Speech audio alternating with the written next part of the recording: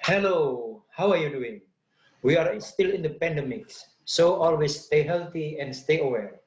Welcome to my channel, Belajar Bersama Dr. Aksa. And this time, we are talking about an interesting topics to discuss, the tooth topognosis. So, please stay tuned.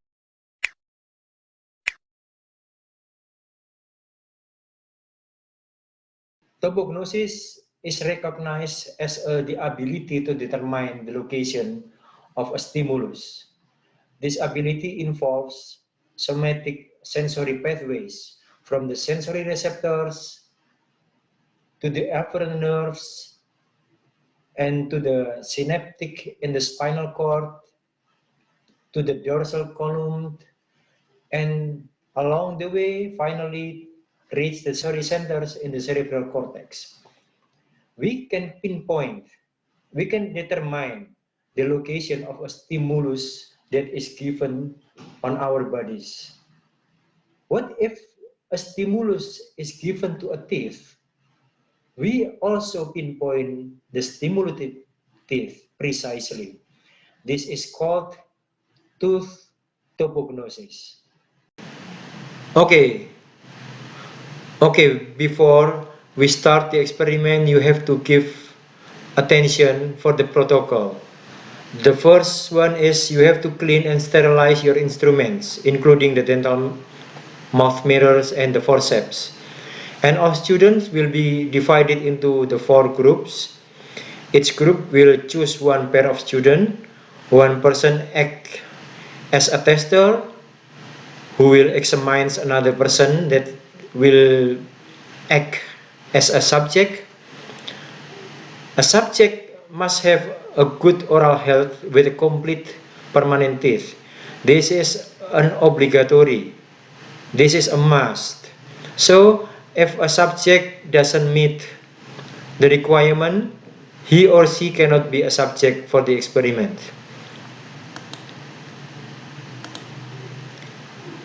Then the subjects sit on the chair and keep relaxed. The subject will close eyes and open mouth and keep relaxed. The tester choose a tooth and hit it slowly along the teeth axis like this. The tester will randomly choose the subject tooth and hit it slowly along the axis from the surface to the root, not from the buccal to the lingual, but from the surface to the root. Hit it slowly, as light as possible. One time is enough. And let the subject decide which tooth that have been stimulated. Let the subject answer. Don't care about the answer right or wrong. Then the tester make a note whether the answer from the subject is right or wrong.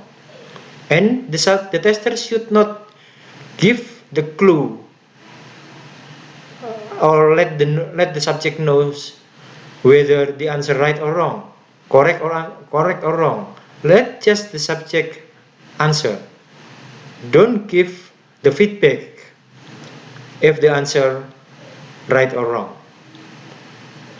Finally, you have to calculate, you have to analyze, you have to count the number of the both correct and wrong answers of the subject. The subject's oral cavity will be divided into the 6 areas, and each area will be randomly tested 3 times for the random tooth. And let the subject decide and answer which tooth is stimulated. Just keep the answer. Right or wrong is no problem. Don't let the subject knows if the answer right or wrong. Just make some random experiment and let the subject answer. I hope it is fully understood. Finally, the team will discuss the result and find the related theories according these phenomena, and describe the somatic pathway that you can find the answer from the anatomical atlas. Find the correlation with the clinical evidence. We have so many clinical evidence according these theories. Find some clinical evidence. You can open your anatomical atlas to find the pathway from the stimulated tooth, receptor on the stimulated tooth, along the way until the primary sensory cortex in the brain. So that is the explanation of the experiment. You can find the further explanation and the quizzes at our website at elearning.unair.ac.id. Good luck and stay healthy. Bye-bye.